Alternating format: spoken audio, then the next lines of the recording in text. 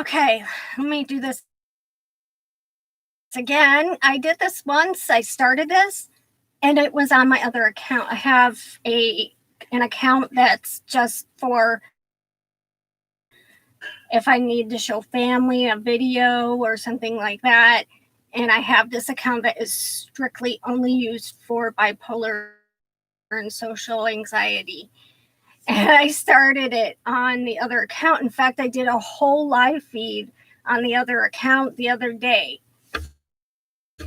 No wonder I was confused. Okay, so I am in a closet.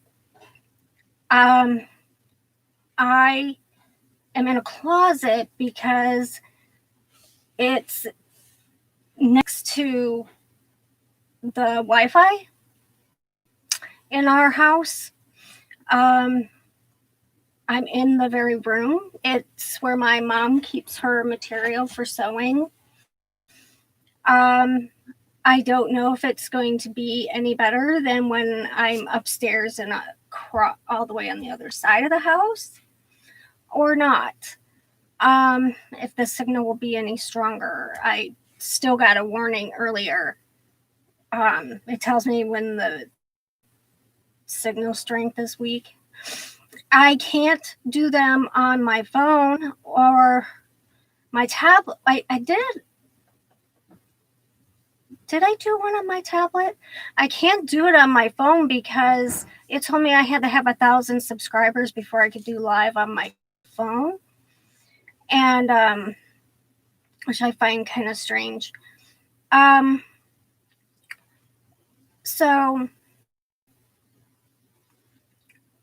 if you know 300 people, tell them to just subscribe so I can do live on YouTube on my phone.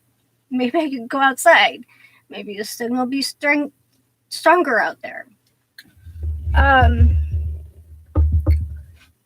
If anyone who has seen my other live videos pops in here, please let me know if this is any better than my previous ones. I don't want to be coming into this closet for no reason.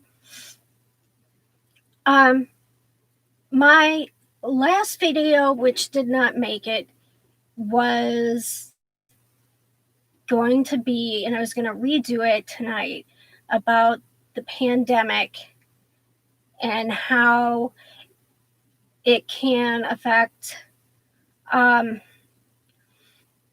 people who have bipolar disorder or social anxiety or just anxiety disorder. I don't have my notes for that, and I think that's one I want to do to take my time.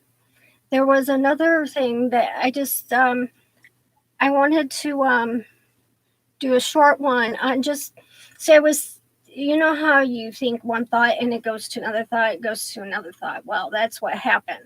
I was thinking of that.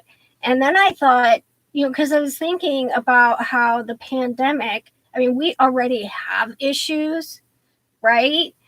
I mean, we're already panicking because the cashier's talking to us.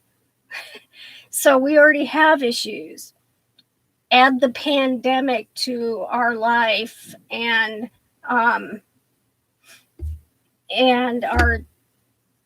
it's like doubly worse. So I want to take more time to talk about that in a more organized way.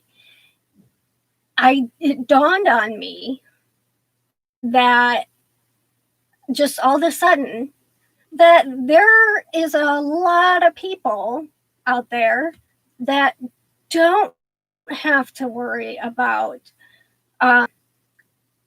the additional things that we do, that we're concerned about, in addition to the stress that everybody's going through, job insecurity, no money. And by the way, I'm not dirty. I was staining wood. And I couldn't find gloves to buy anywhere. Worried about getting sick, worried about family getting sick. Everybody's worried about that. Well, not everybody. They should be. But in addition to that, we still have to worry about our bipolar disorder, our mood disorder, and we have the anxiety, our usual anxieties on top of these new huge anxieties. And I thought, that's not fair, because there is a whole giant group of people who, and it seems bad to say that they're only worried about pandemic stuff right now, but it's true. I just realized that there is a huge group of people out there that don't have to worry about the things we have to worry about. And it just like struck me, like, you mean there is a bigger chunk of the population that can go to work without taking Xanax,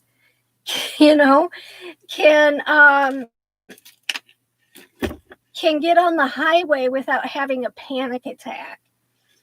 And what it would be like. I don't know if I've ever known what it's like to not have a significant psychiatric issue. I think I know the anxiety's been with me since the day I was born.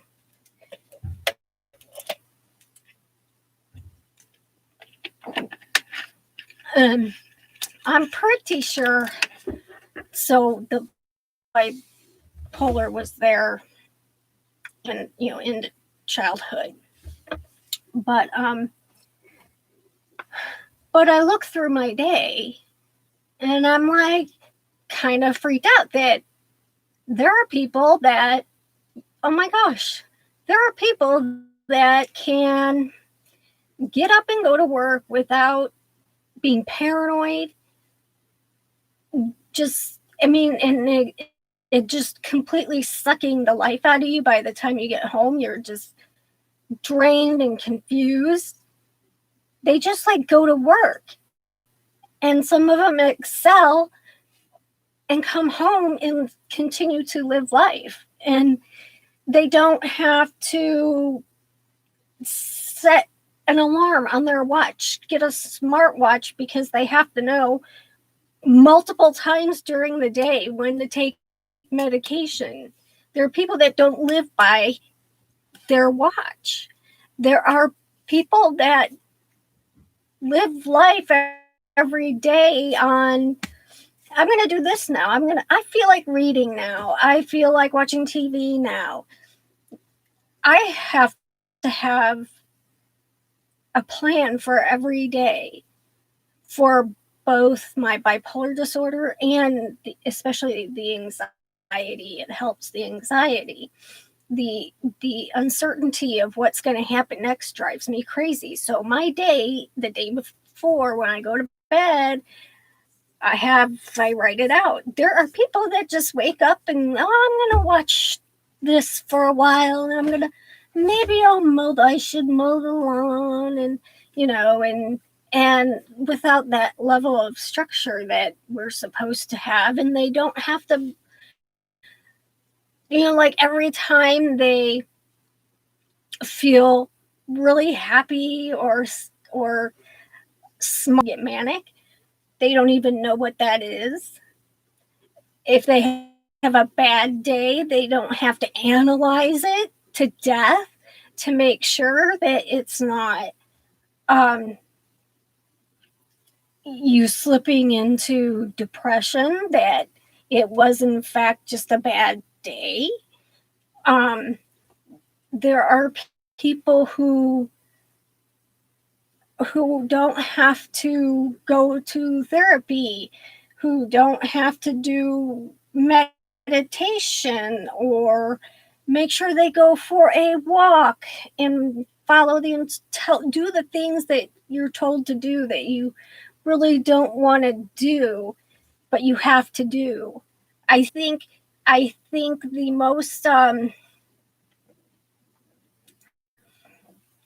most compatible thing I can think of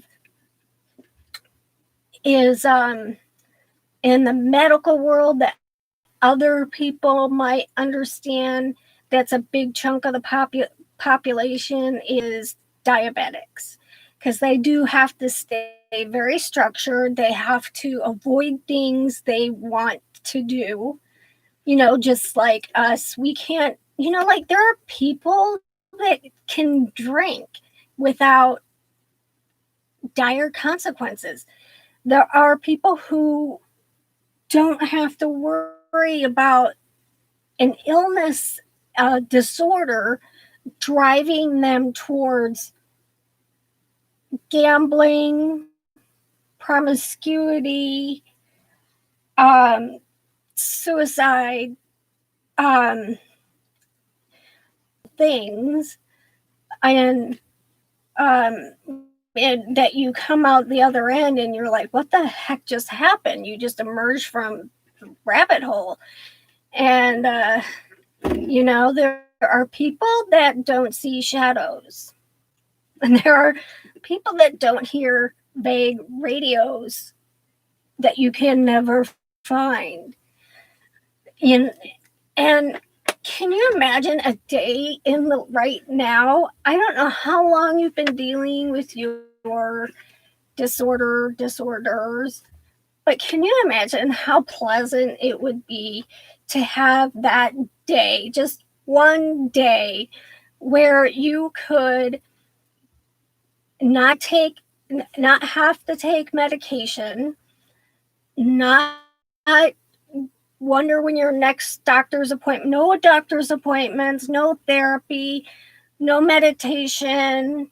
If you want to go for a walk, go for a walk, but not because you're supposed to.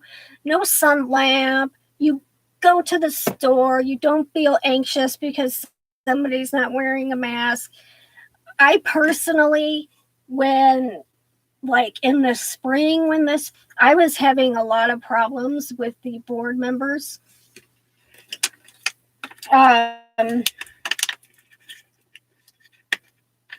About distancing and masks. I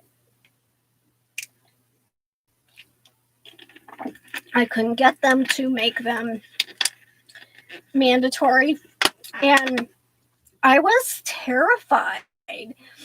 I was like, we had just like, there was cleaning stuff we never used at the shelter, and we brought it all out. I was like hand sanitizing every few minutes. I was like wiping down with the Lysol wipes and wearing masks and afraid to go anywhere. I was envisioning, I don't know if you've ever seen the movie Contagion, but that's what I was premising. Is that a word? In my head, that's where I was going. We're all gonna die fast in a horrible way. And it wasn't that far off. But to have a day where I'm not anxious, where I'm just relaxed and free, I have this thing. It drives people crazy, and I apologize, but there's nothing I can do about it. When there is a road, and we live in a rural area, so there's a lot of these roads. These roads, they don't have shoulders, and they have like these jagged edges. The white line is like right at the jagged edge, and whenever I'm a passenger, to me, it looks and feels like the tire It's going to go over that jagged edge of pavement, catch, and we're going to go flying and flip over, die in inferno. And yeah, that all happens in my head in like 2 seconds. So I'm like grabbing the car, closing my eyes, screaming, like, we have to get off this road. You have to get off this road. You're going off the road. And finally we get to a real road with a shoulder, and I'm sorry, I can't help it. It's just, I can't help it. That's just what's going to happen in my mind. And I went to like visit family in Michigan, and all of them drive like crazy people. They're like talking to you, and they take their hands off the wheel, and they're reaching for stuff. And I swear the car is just like going. And I was just like, I felt so rude because I was like screaming. I'm like, you have to put both hands on the wheel. You have to have both hands on the wheel because we're gonna die. So I would like to ride down. I would like to drive somewhere. I would like to drive downtown and merge and not feel like, or drive down one of those country roads and not feel like the car's gonna fly like on TV, flip over and drop. And there are people, most people, every day for them is that. I'm sure everybody has their own little anxieties and worries and concerns, but most people are not dealing with bipolar disorder. Most people are not dealing with a severe, incapacitating anxiety. And when you get to a certain age, like my age, sometimes you just think to yourself, not in a scary way, but in a way where you're like, I'm really, really tired. I'm tired of being anxious. Could someone else just do it for me for today and let me have a day? Like I got a referral for dog training today. It's just a little extra cash, I guess. And I have this entire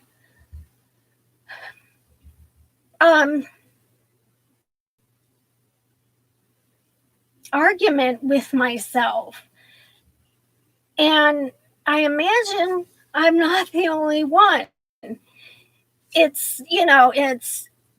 It would be good to do this. You can do this. You like to help people. You would be helping these people. They're in a fix. They really need help. Someone referred you to them and gave you very highly, they said that I was highly recommended. I would feel like a complete shit not taking this on, even lowering the cost just to take it on. If somebody said I came highly recommended, I mean, that would be kind of like crapping on whoever was nice enough to do that. But at the same time, I'm so anxious about it, and it's stupid because it's something I can do. But I'm so anxious about new people. Maybe I'm like, you leave and I'll just do the dog. But that's not the best way. But anyway, so I have something pulling me apart. Don't do it, do it. And in the middle is just a bunch of anxiety. And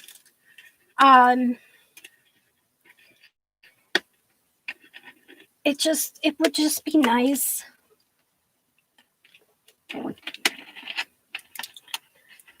I mean, like from the very minute I wake up, I'm dealing with bipolar disorder. I have to get up. I can't lounge around in bed because that might mean I'm depressed, or I have to get up. I have to stay on schedule.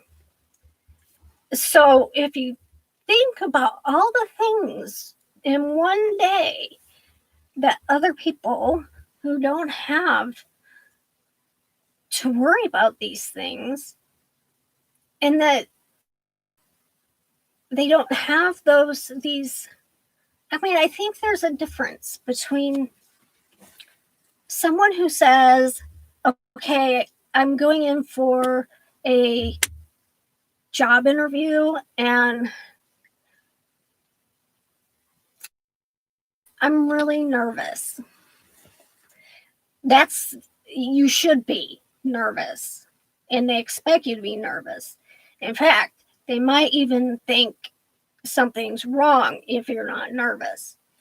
And but for someone that has issues like brain chemicals not functioning, I guess it's a matter of you're triggered and things go haywire.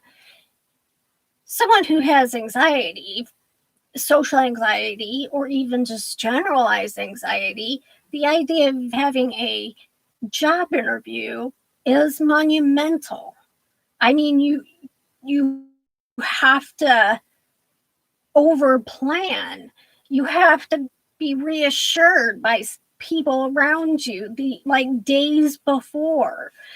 You have to, it's not like getting up, getting ready, putting some nice clothes and going in. And I mean, everybody should rehearse a little bit, but it's a little different for us. And it would be so nice to just have a day where you didn't feel awkward every time you open your mouth. Or sometimes I do things and I don't know that they're socially wrong. I wish I didn't have that. And I don't understand why. I don't understand why they're wrong socially. It's perfectly acceptable to me. For example, and I'm kind of going on a tangent, but I'll tie it in. For example, when I communicate with people, I usually am extracting information from them. I don't do a lot of conversation. When I'm done extracting the information I need from them, I say, okay, and I turn and I walk away. Well, apparently that is not acceptable. Apparently that is rude. Because I have been told more than once that that's rude. And I'm like, well, I don't understand what more you want me to do, because I'm all done with what I needed. And so to function with people skills at the shelter, I did the dog skills, and cat skills okay, but dog skills I did very well. People skills I actually had to learn, and when I did them, they felt very artificial and awkward to me, because I normally do not speak to people unless I need information from them. I have, I would say, 2 friends, but it's not like we don't like hang out or anything. We did things together at the shelter. One is the vet that we go to, and one is one I did dog assessments with at the shelter. And I wouldn't really talk to them socially outside of a work situation. Unless I forced myself to. So, and I would do that to some of the other like board members, only not because it felt natural and that's what I do. It was because that's apparently how people function. And that's apparently what people do. And apparently they enjoy it. And so I would like hang back like the rest of them and participate in chit chat. And all I wanted to do was get home and work on some project or, something like that. But I would force myself to, and so part of me kind of wondered if maybe I'm a little Asperger's or something. But anyway, I would like a day, the people that live life. Now, if I drink alcohol, I'm more social. Xanax makes me more social as well. And that's only because my inhibitions are lower. And that can give you the wrong impression of me.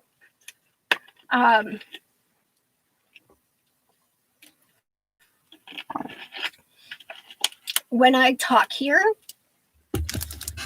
I talk about myself a lot, and I try to remind myself to turn it so that, because there are other people listening, to make it theirs as well. I have to. So anyway, I would like a day without anxiety, and I would like a day without worrying about anxiety. I would like a day where I just woke up. I would like my perfect day would be, I have a hard time getting out of bed. I'm not a morning person. I'm a night owl. I would like to wake up early. Maybe, like you always see on TV, somebody's watching the sunrise, drinking coffee, and then go for a run and then go to my job that I was very passionate about and very confident about and very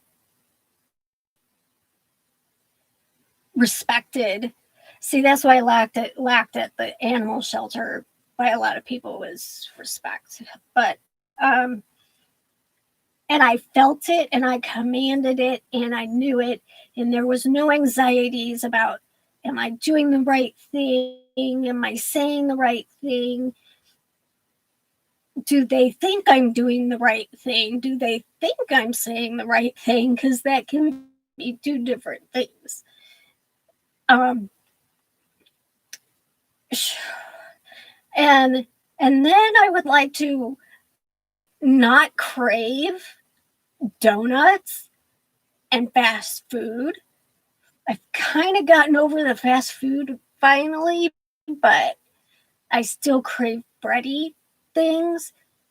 And so I'd like to have a day that other people have where they eat foods that aren't fattening and have some sort of weird energizing tea in the afternoon, go home, have a relationship with someone, and I was comfortable in it and I wasn't forcing myself to be in it because I think that's what people are supposed to do. And it's a healthy relationship, and I haven't had to take a pill all day.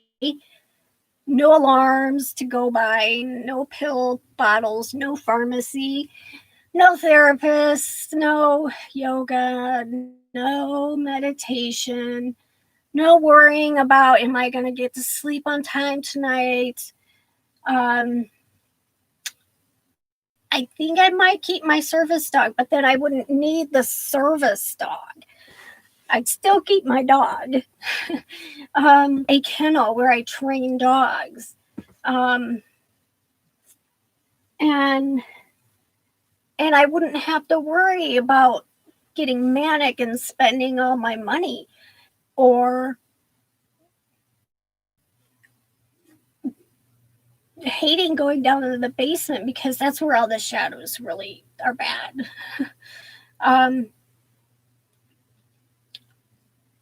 And I would like to live like another person at my age, independently. I would like to live in a house of my own, clean surfaces, except for in my studio, where I could work with wood and have all the things I need to do that.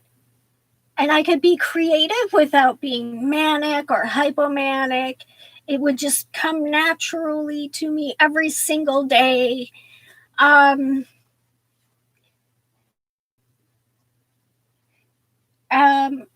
could stay up late if I wanted to cruise the internet. I could drink a glass of, I hate wine, I hate beer, I hate liquor. Some sort of mixed sweet drink before bed, maybe go out and actually enjoy being out with people, have friends. Maybe, I don't know. It's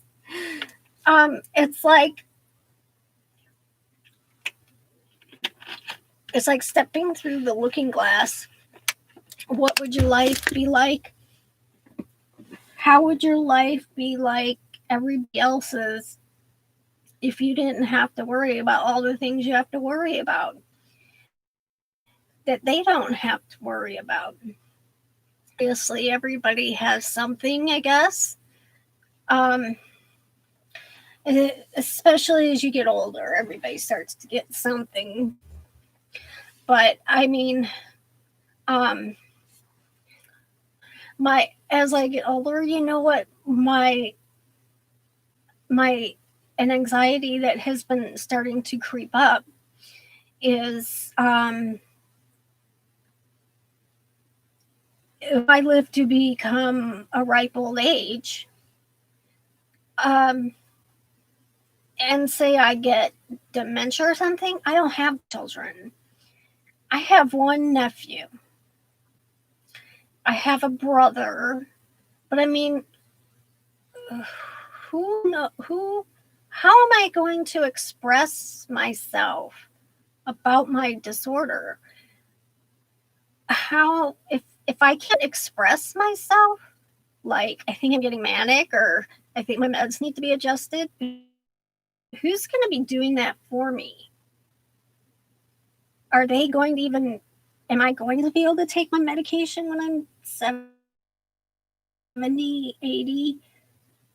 Or am I going to have to suffer with mood fluctuations and I don't know. And who's going to know? Because I don't have kids. I'm 50. I turned 50 in October.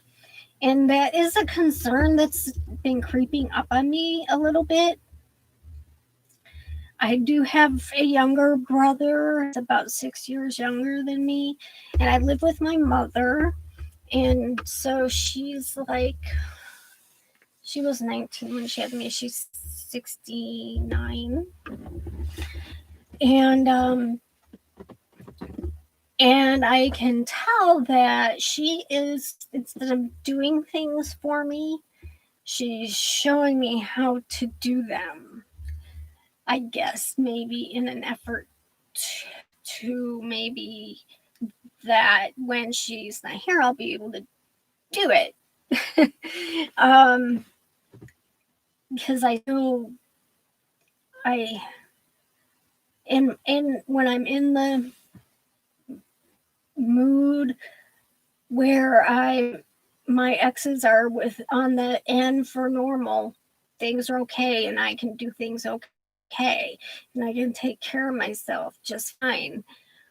But when I go, and this happens about every 7 days, in the 10 days, I'll have 3 days of deep, deep, deep, dark, dark depression. Who's going to take care of me? Um, if I'm manic, who's going to know that I'm manic? So I have actually, I'm going to get a medic alert bracelet again. I used to have one, and then my doctor talked to me about not letting your disorder identify you. But I have decided, because my bipolar disorder has changed in its presentation, that it would be wise for me to get that back, wearing one, so they know that I have these problems and what medications I'm on. It was a special thing for people with psychiatric disorders, because there was this incident. It's not the only incident, but there was an incident. This was many years ago, where this young man who had bipolar schizophrenia, and he was acting strange in the police department. I think he got shot and died, and they found out that he was actually ill. He had a disorder. And so they had this drive for people that had psychiatric disorders to get medic alert bracelets. But I don't think they could have seen a medic alert bracelet from that far away. But if I'm 50, I could have a stroke anytime. And I don't, one night without my circle, I'm miserable. So that's another thing, is people who are not on these medications, they don't have to worry about not getting the medications and knowing how horrible you're going to feel when you don't have them. So that's another thing other people don't have to worry about. And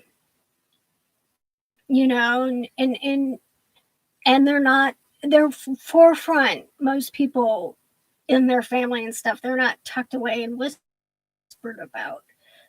The crazy aunt is exactly what I'll be. This closet's small. So it's just amazing how different your life could be if you didn't have bipolar disorder or anxiety disorder, mood disorder.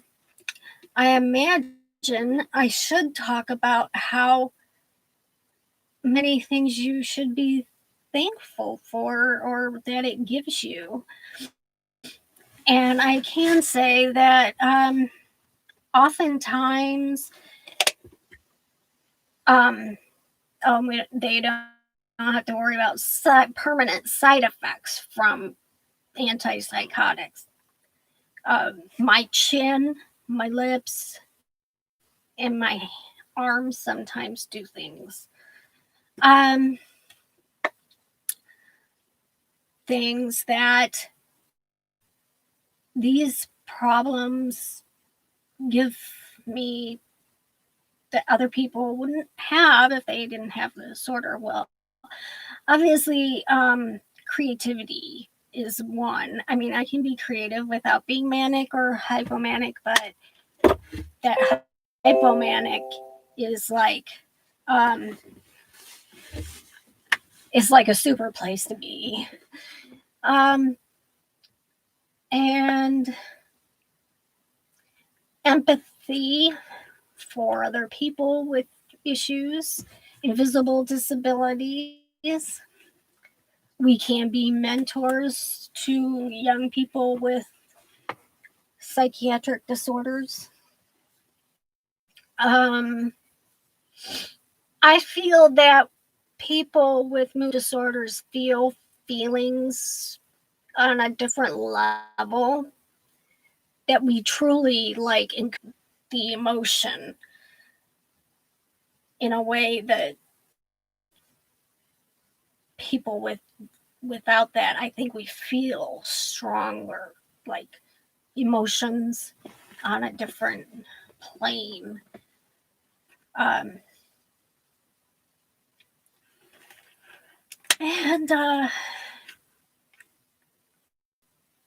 I can't think of much else. Really, to me, it's just really annoying, and I'm totally over it. I've have had problems since I was a kid. I've been on medication since I was a teenager. Was the first time I was put on medication. I was 15, so that's 35 years. Yes, I had a suicide attempt there because this is bipolar depression. I wanted my friends to be happy for me because I realized that I would finally be happy if I just killed myself, and then I would be happy. Now, does that only makes sense in a bipolar disorder world? And that was when I was 15. So it's been 35 years. I'm over it. I'm tired of it. It is not novel anymore. It is not interesting anymore. It is a pain in the ass. And the anxieties, the social anxiety really keeps me from having relationships with people. I would like to have a relationship, just a kind of companionship type thing. Like, and, but it would just be too hard. And,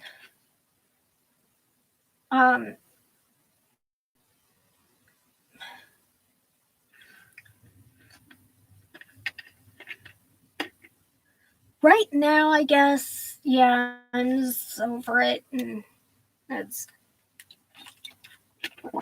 not fun anymore. It's not Vogue anymore. It's not. It's not popular anymore.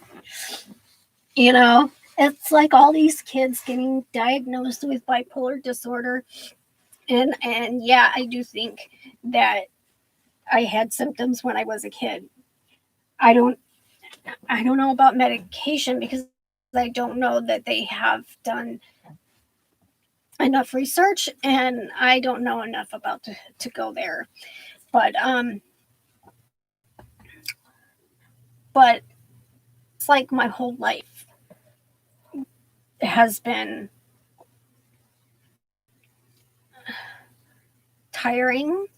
And I'm not saying that in a negative way. I don't mean that like I'm sick of it. I'm just saying I'm over it.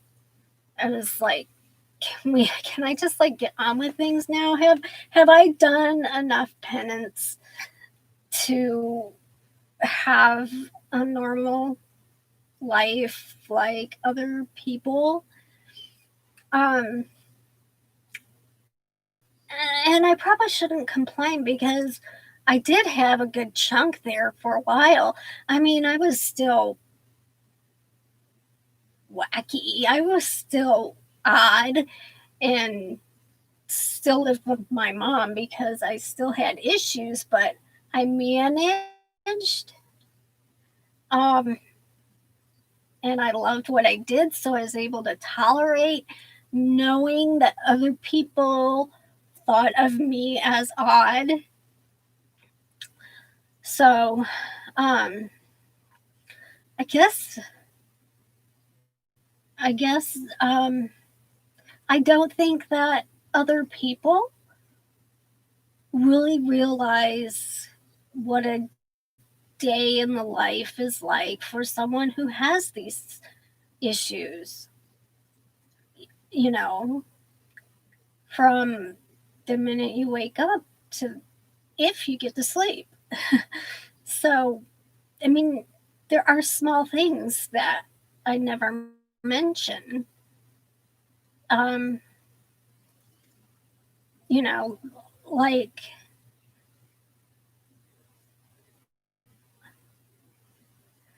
when I was working, I would see the shadows. They come out of just out of your vision, just enough for you to see them. And I knew what they were, so it didn't really. It was distracting, and that's it. Um, but I didn't tell anybody. I told my nurse practitioner, I did for sure, that when I was having a mixed episode is when I would see. But in our basement, I see them more, but I think that's just because it's a scary basement. And then hearing the radio, but there's no radio playing, and you go looking for the radio. And so I've learned that when I hear that sound, there may or may not be a TV or radio on, but I'm not going to waste any time looking for it. So I don't say anything because it doesn't affect anything or anybody else. They don't need to know. Um, I'm not acting. I'm not, they're not saying, the radio's not saying things to me. It's indistinct. So I mean, if I started hearing a voice talking to me, then I definitely would speak up. But um, I guess it just was really when I just realized that most people don't live life the same way I do from the minute I wake up to the minute I go to bed. And like they must have it so nice. They must not know how nice they have it. You know what I mean? They must be, I think a lot of people are not grateful enough for the life they have. I mean, I just paid $125 for one medication. I would have liked something else besides medication. So, and that's just one. Um, okay. I just had to get that out. Um, I'm more the how our lives are affected by the pandemic. I want to do that better, like a less stream of thought type thing.